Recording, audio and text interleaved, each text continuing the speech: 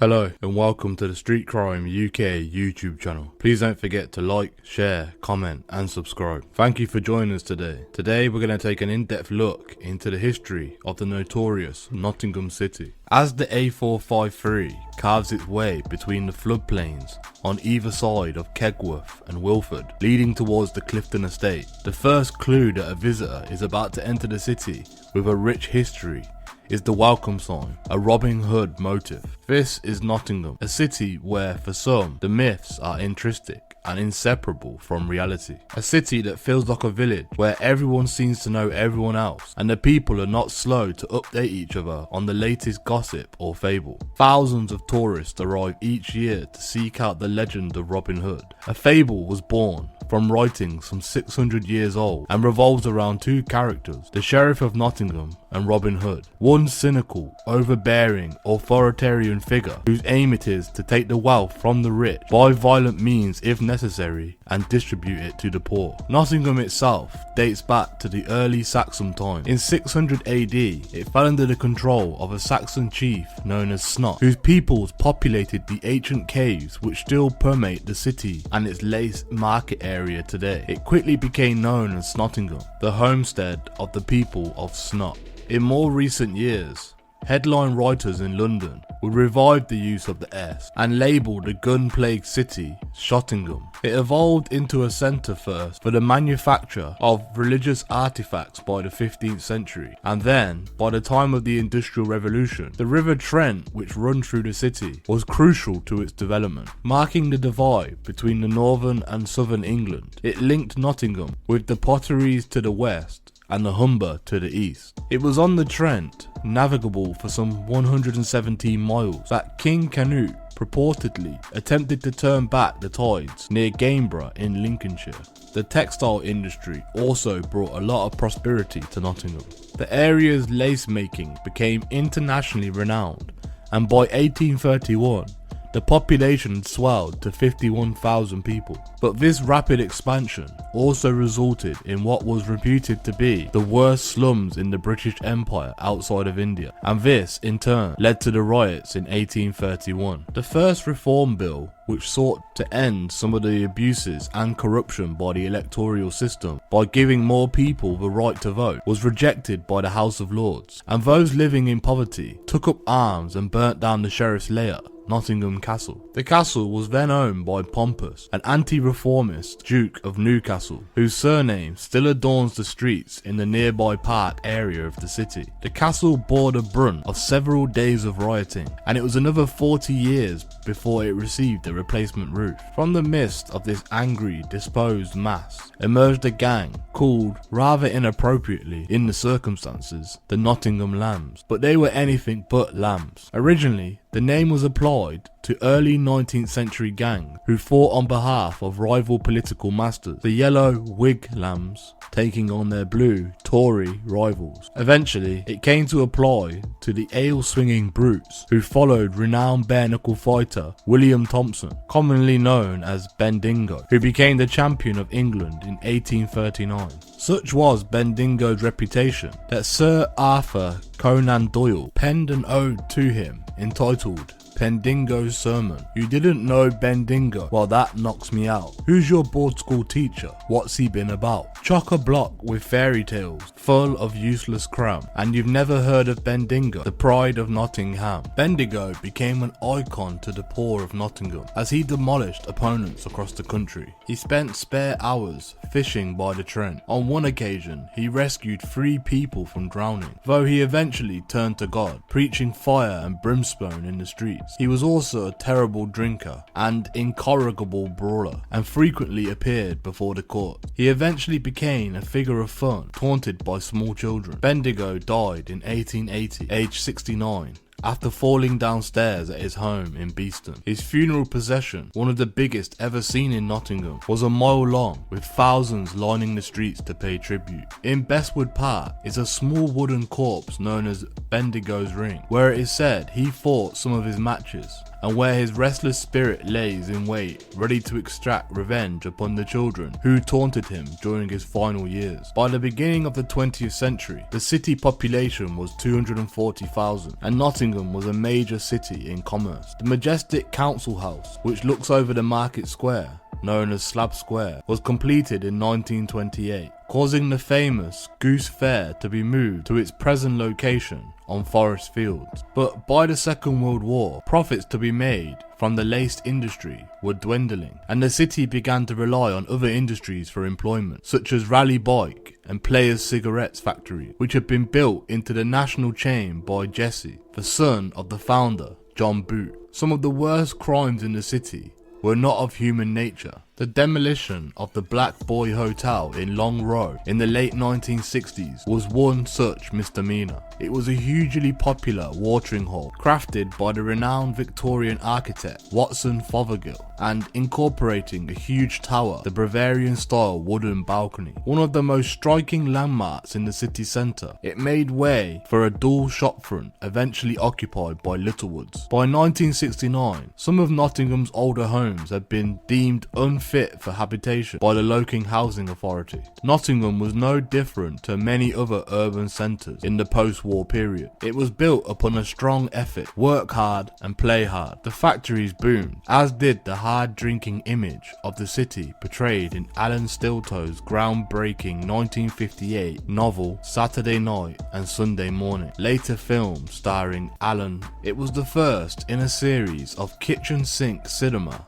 dramas focusing on the boozing, street fighting, womanizing, white working class male and his view of the world. It encapsulated his schizophrenic existence, the Saturday night alcoholic haze contrasting with the sobriety of Sunday, which preceded the start of the working week. The no-frills hero of the story, Arthur Seaton, is a man who coined the phrase for his and the subsequent generation, "Don't let the bastards grind you down." Set in the terraced Victorian little palaces of Radford, where much of the later movie was filmed, it captures his life working at the local Raleigh factory, where, just as at the nearby Players Cigarette factory, thousands of Nottingham workers would clock in and out during the week and await the weekend. It doffed the cap to the country of D.H. Lawrence's miner, but now, instead of working at the coalface, he was sweating over a lathe to bring home his wages. It was also the age of the angry young man, and the whiff of revolt was in the air. But what Mr. Stilto, Nottingham, and the rest of the country had missed was that this would realise itself initially in antagonism from within the indigenous white working class community towards the communities who had migrated to Britain in the post-war period. After the Second World War, many communities within the British Commonwealth and Europe, which had been allies in the war effort, saw in Britain a chance to throw off the shackles of the old world and embrace a new life in a new country, the mother country. The loss of a large proportion of the young white population of working age during the war created a demand for labour. Among those who took up the challenge and sailed from Jamaica were two brothers, Vincent and Wellesley Robinson. In Nottingham and further afield, they would eventually become known by their respective nicknames, PG Man and Dougie Man. The story of their extended family is a microcosm of some of the roots of social and crime problems besetting the Afro-Caribbean community in Britain today. By the late 1950s, many Afro-Caribbean families had made the trip to Britain, but some Caribbean men had already experienced the UK, having been stationed as servicemen, mainly airmen, in the country during the war. They found in Britain a chance of prosperity which was unavailable back home. On the 22nd of June 1948, the steamship SS Empire Windrush docked in Tilbury, Essex, carrying nearly 500 people from Jamaica and Trinidad, some of them ex-servicemen. Though it amounted to a mere trickle of migrants, those who made the transatlantic voyage were pioneers, setting in motion a myriad of social change in post-war Britain. Steve Mitchell, a former serviceman and passenger on the Windrush, later described the alienation that he and other male Afro-Caribbeans encountered when they reached the British cities. People just took their chance, he told radio journalist Alan Dean. I suppose what was the biggest stumbling block to them was being refused accommodation in houses that had vacancies. You could see notices in the windows. They had vacancies, and as soon as they ring the bell or knock the door,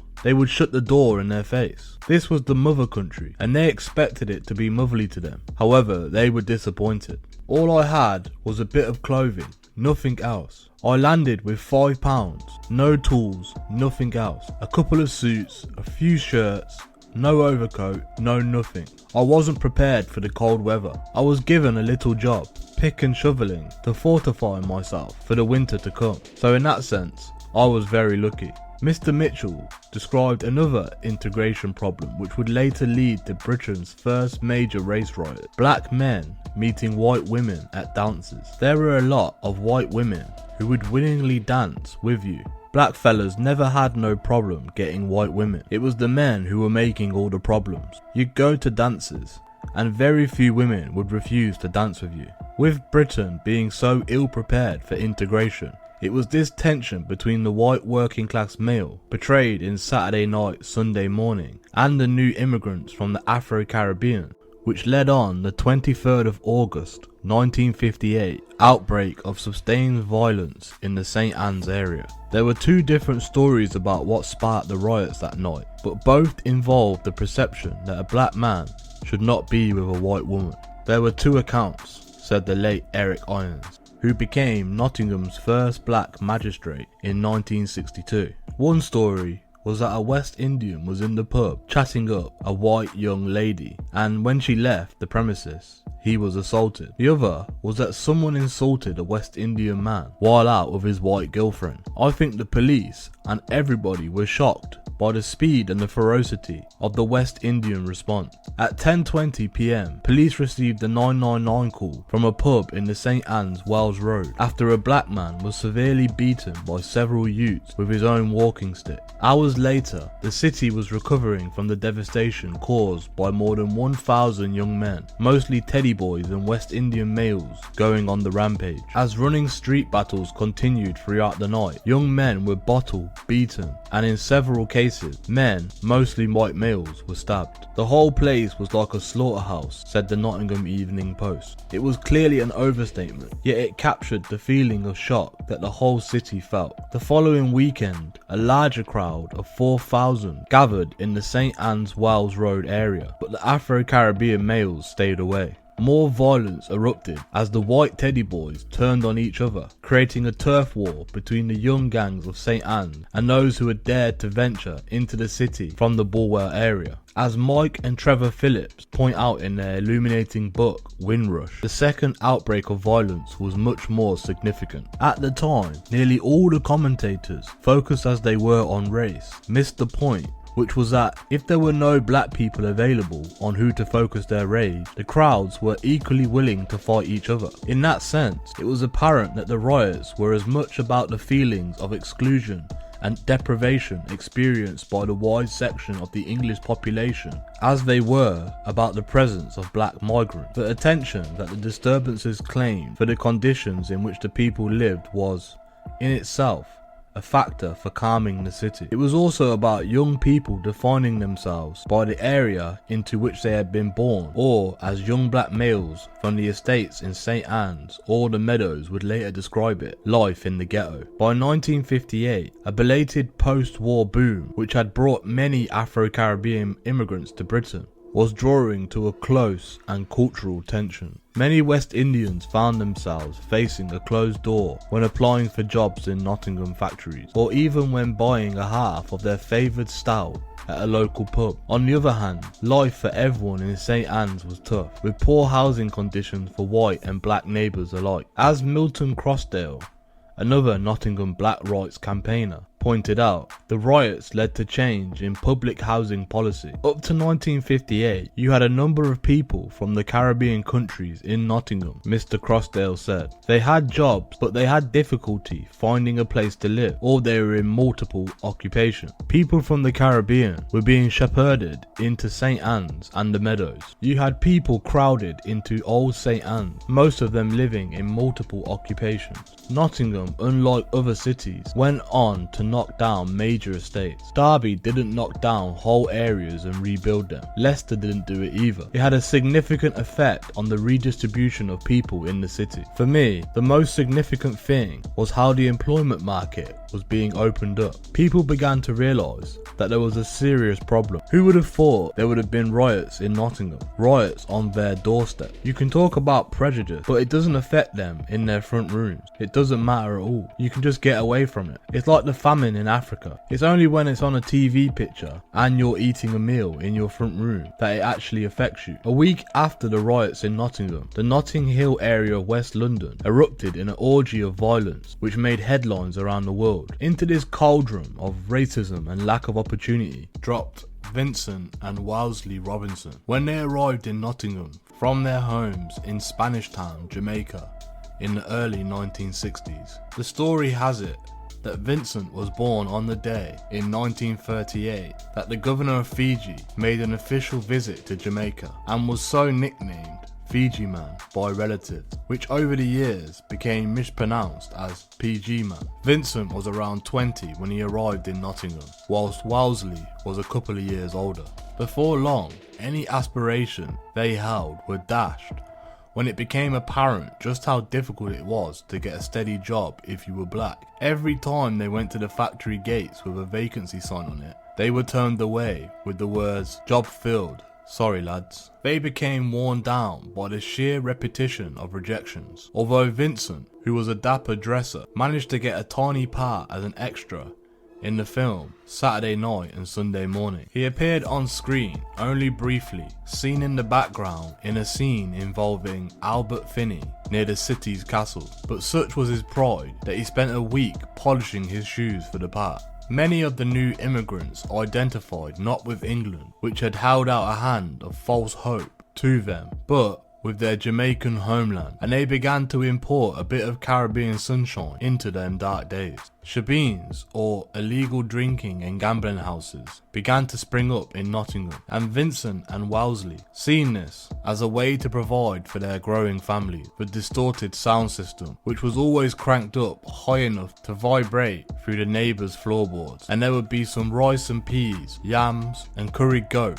and other tasty Jamaican food, and of course, there would always be a bit of smoke. Cannabis was an essential to the Jamaican soul of the 60s, as was the music which boomed from the sound system, and from this, the rude boy was born. While most of the drug-taking white youth of Nottingham were downing amphetamine, for the most part taken from chemist shops which had been burgled, and staying up all night to listen to The Who and the Rolling Stones, their Jamaican counterpart were easing back into their chairs with a smoke of ganja, playing cards or dominoes, and listening to the ska of Prince Buster, the blues of Jimmy Cliff, and later the reggae of Bob Marley and the Wailers. Prince Buster's hit Big Five in 1968 would almost certainly have been banned if the controllers of the nation's radio airwaves understood the lyrics. They also illuminated the baser instincts of the Jamaican male, which would cause a host of social problems in the later years. Right now I'm feeling irie. Want a big fat pussy this December night? Today I smoke an ounce of weed. Tonight I'm gonna plant a seed in her womb, alright?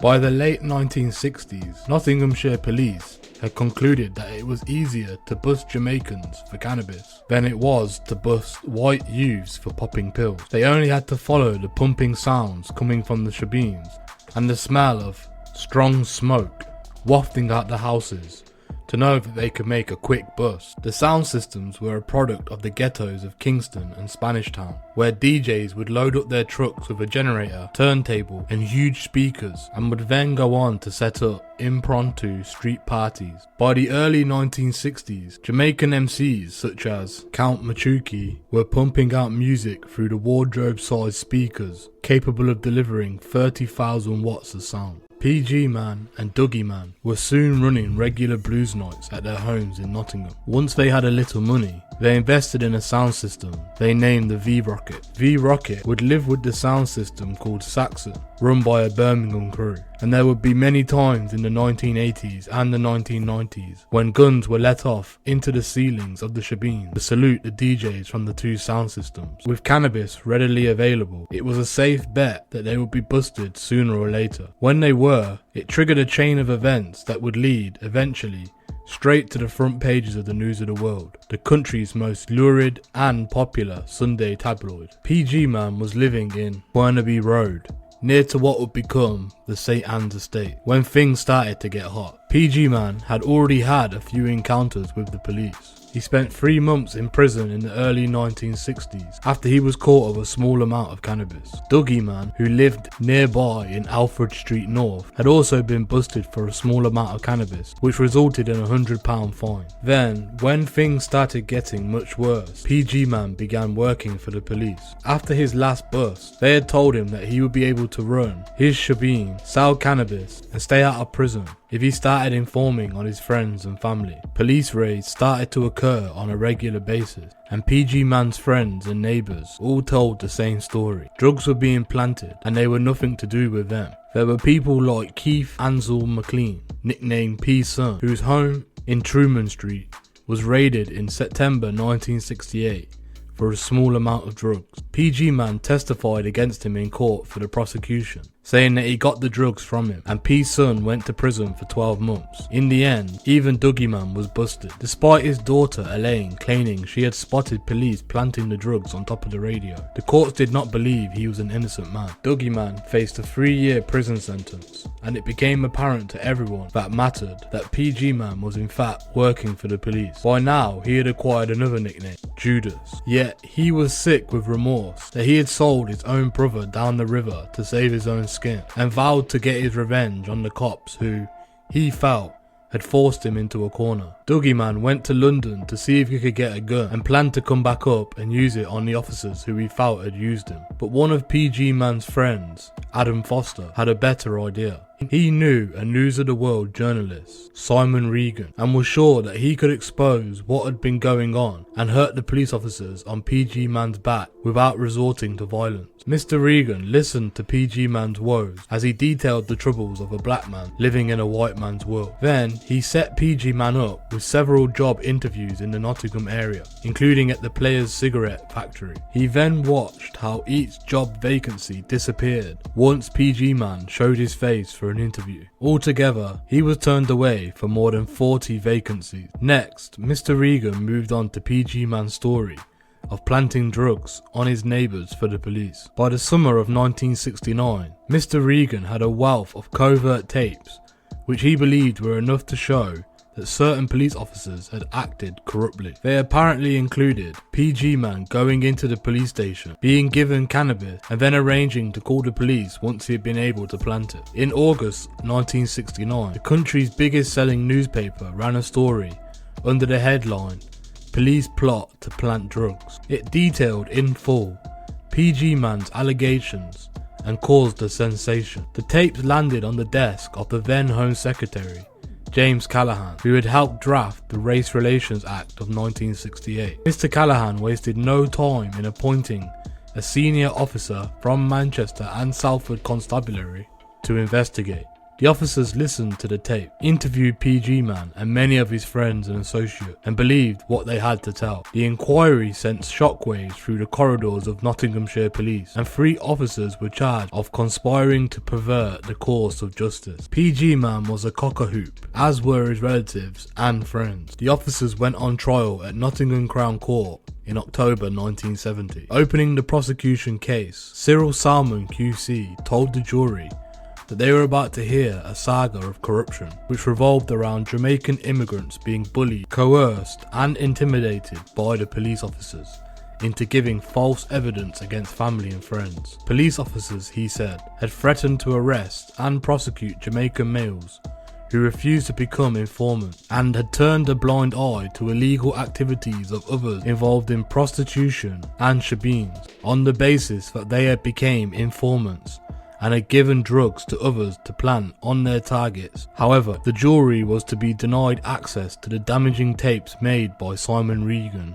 and PG Man. The judge, Mr. Justice Kilner Brown, decided that there was no proof that the voices on the tapes belonged to the police officers and had ruled them inadmissible. The jury then heard witness after witness describe how police had coerced them into informing after their homes were raided by officers who were looking for drugs. They included Victor Speck Brown, who was arrested over non-payment of a fine and sent to prison for 10 weeks. He told the court, "A Vice Squad officer said to me, 'Tell us about anyone who's selling cannabis and you will walk, otherwise you're going to prison.'" Seymour Oliver said the police had planted cannabis on him as well. Then it was 32-year-old PG Mann's turn. He described how he had been forced to write a statement implicating Arsenal P's son McLean into dealing cannabis, resulting in Mr. McLean being jailed for a year. He said the police had told him, "Vincent, you can continue to deal cannabis and run your Shabeens if you inform on other Jamaicans." The witnesses went on and on, all telling broadly the same story, but sometimes there were inconsistencies in their testimony, which were then pounced on by the defence barristers. An all-white jury found it difficult to follow the Jamaican accent. After only 38 of the planned 87 witnesses for prosecution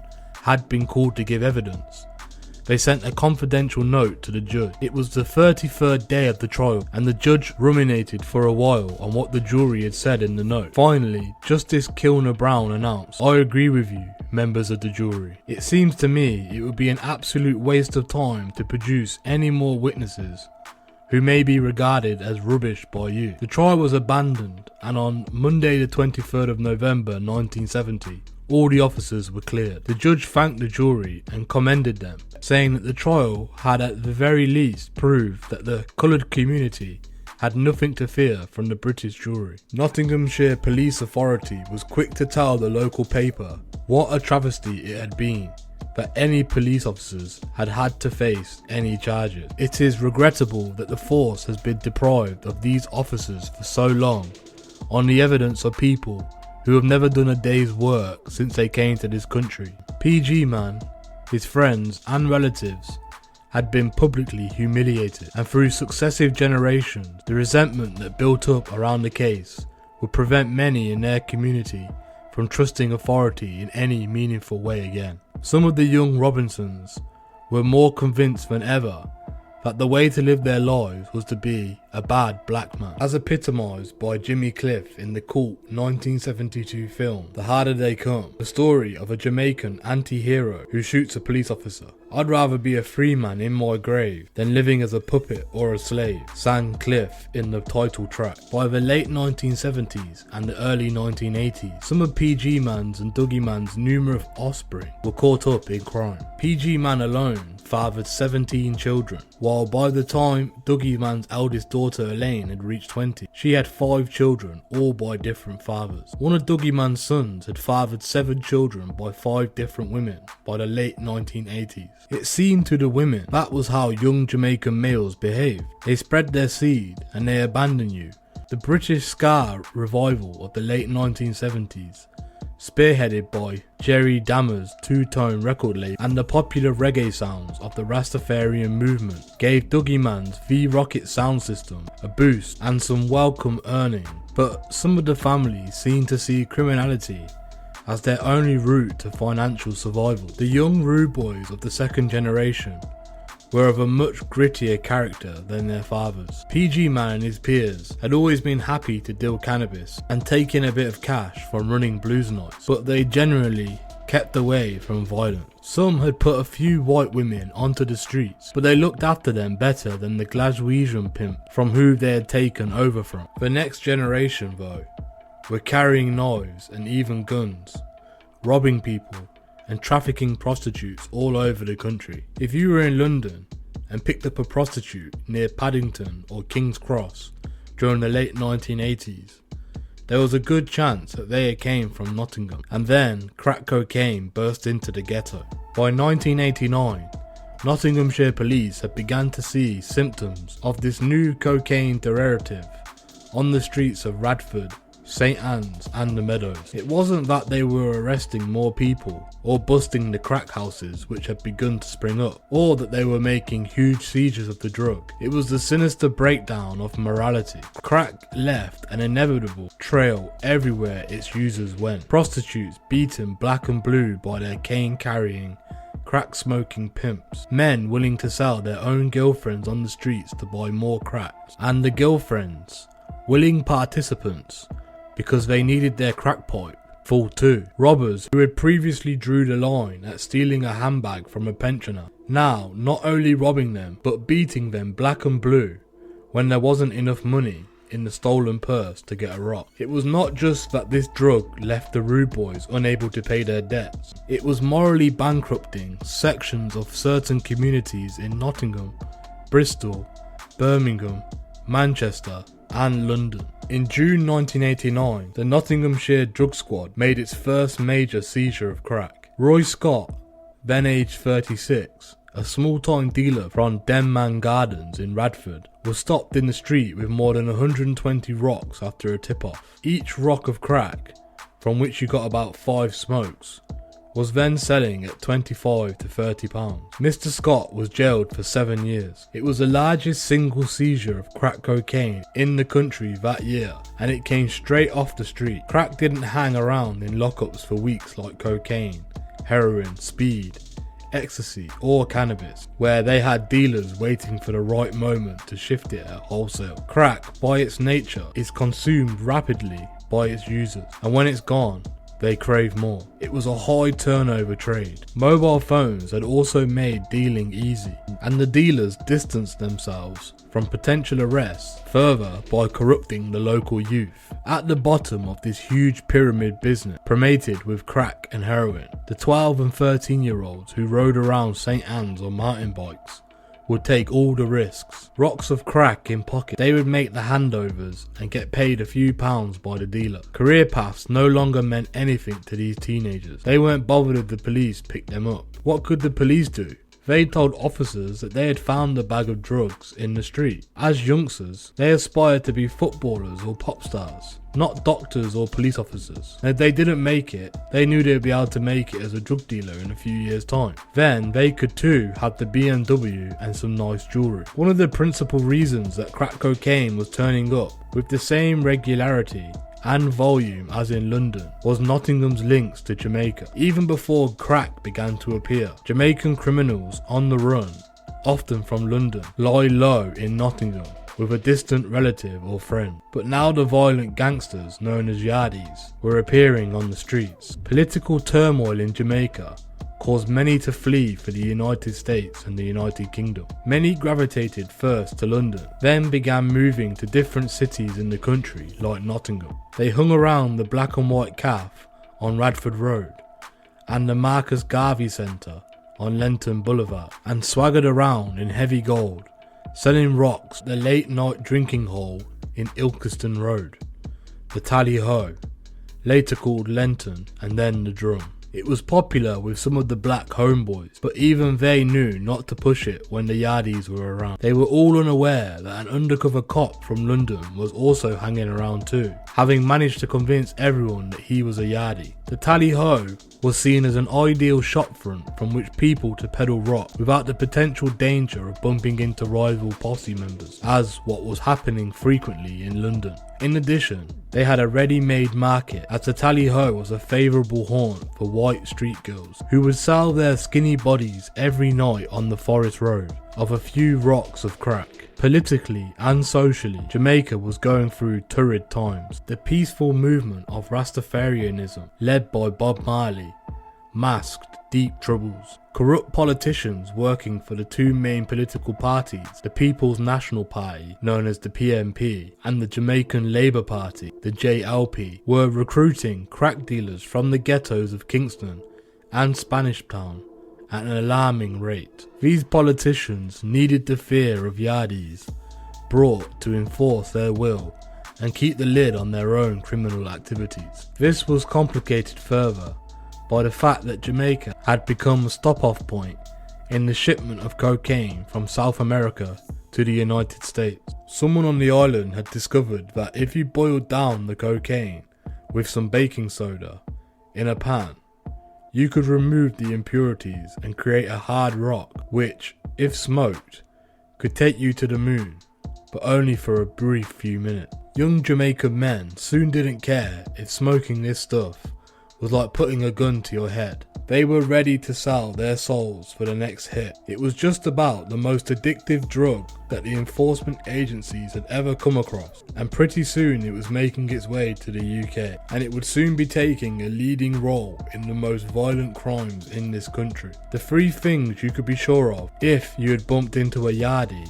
in the early 1990s were that they would have had a wad of cash on them, some rocks of crack or access to them, and most of all, a firearm close to hand. The first evidence of a wave of mayhem that crack would bring came in the quiet street in the Wallington area of October 11, 1991. Ian Bedward, a 28-year-old homeboy, had succumbed to the drug, and the paranoia it had brought on made his tempestuous relationship with his partner, Sophie Robinson, Dougie Mann's granddaughter. Her mother was the eldest daughter of Elaine, with whom he had 3 children, even worse still. Mr. Bedward was involved in armed robberies in the city and had robbed some drug dealers of their cocaine. He had armed himself, fearing that they would come after him. One Tuesday after a row, Sophie left their house in Whitby Close for a few days to go down London, leaving the children with him. They rambled on about how some of the Robinsons were mixing with Yardie and mentioned a gunman from called Eaton Green, known as Leon, who was selling crack around the housing estates of St Anne's and Radford like a candy store salesman. Mr. Bedward became more and more distraught in the hours as the hours ticked by. He lined up his 3 children and shot them through the head as they lay on the sofa. He then sat beside them, pulling the trigger of the Colt 45 resting against his head. The bodies were discovered on Friday when neighbours, worried that they hadn't seen the children and had been unable to get an answer from the house, called the police. Sophie arrived home the same day, just as the police had made their grim discovery, and ran down the street, screaming hysterically. 2 of the children had been killed by the same bullet. One of the letters Mr. Bedward left said, "See you in heaven, because down here is hell." Detective Peter Cole, who later became head of CID, said the horrific scene was one of the worst he's ever encountered in his police career. It was really truly sad and shocking to see just how distressing. We had the letters examined for intelligence purposes, and some information was extracted, which proved useful. Next, it was PG Man's family who had tragedy knocking at their door. Some of his sons had formed a gang with friends from the St Anne's estate, now known in ghetto terms as Stans, and they called themselves the Playboy Posse. In the early 1990s, they got into a war with the Meadows Posse, who would also become known later as the Waterfront Gangs. It was the beginning of black on black gang violence that was to blight the city intermittently over the next 15 years. At the heart of it was the territorial drugs business, and in particular cocaine and its derivative crack. A number of the Robinson clan had succumbed to crack by the early 1990s and had turned to crime to pay for their drugs. Some of the Robinson girls took to street robbery and prostitution as a means to buy their next rock, organising gangs of shoplifters who would fleece designer wear from the city's fashion houses or carry out street robberies. The rude boys of the 1980s, with their neat clothes and flash cars, who had earned themselves a significant living off the street girls and weed they traded in. The crack had created a major economy in its own right, as the consumption of those little brown rocks spread like a cancer through the ghetto. One of Dougie Mann's sons, Eaton Bubsy Robinson, went to prison for 6 years for robbing women on the street to fund his crack habit. 23 years after tasting his first crack pipe, Bubsy was still at it in 2008. He pleaded guilty to shoplifting from Gap and Madhouse Clothes Store to buy crack cocaine. Another son had been lifted by the police for attempted murder after violence erupted in the Black Club, where 2 Birmingham-based dealers had stolen crack from one of the Robinsons' dealers. Against this backdrop, the men were still able to maintain some semblance of togetherness and organisation through memberships of posses. These small tight-knit groups gave those living in the ghetto of St Anne's and Meadows a sense of meaning and order among all the chaos that surrounded them. They knew what constituted their patch and who to be wary of, and the Playboy Posse knew they had to be on the lookout for the posse from the Meadows. No one knows quite how it all started, but in the early 1990s, Gang life within St Anne's and the Meadows estates was flourishing. One of the major flashpoints between the gangs, which acted as a catalyst for the war, was ignited when some of the Playboy posse were ambushed by one of PG Man's sons and slashed and had needed 60 stitches. 4 weeks later, the Playboy posse took retribution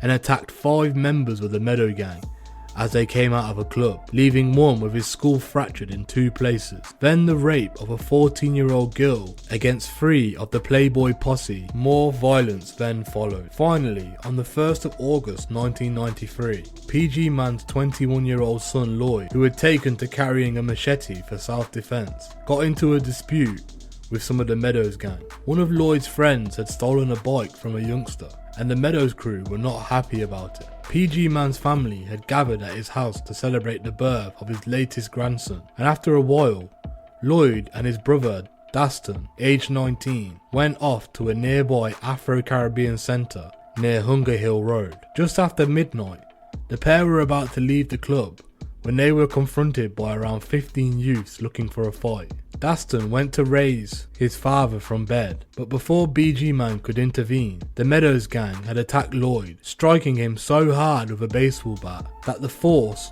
almost split his head in 2. He died 3 days later in hospital. PG Man was a broken man from that day on. I saw a boy holding a baseball bat walk behind the crowd, come up behind Lloyd and whack him on the head, he later told Nottingham Evening Post. As he collapsed to the ground, I fell to my knees and I put my hands on my head. From that lick, I knew he's dead because it went right through me. I could still hear the crack of the baseball bat against my boy's head. I was broken down bad by Lloyd's death. I am not the same person no more. The young man who struck the fatal blow, Gary Mayer, a 19-year-old amateur boxing champion, was jailed for life for the murder in 1994. 3 more gang members, Sean Cope, aged 20, Dean Johnson, who was 19, and Simon Rowbottom, who was 20, received between 3 and 6 years for manslaughter.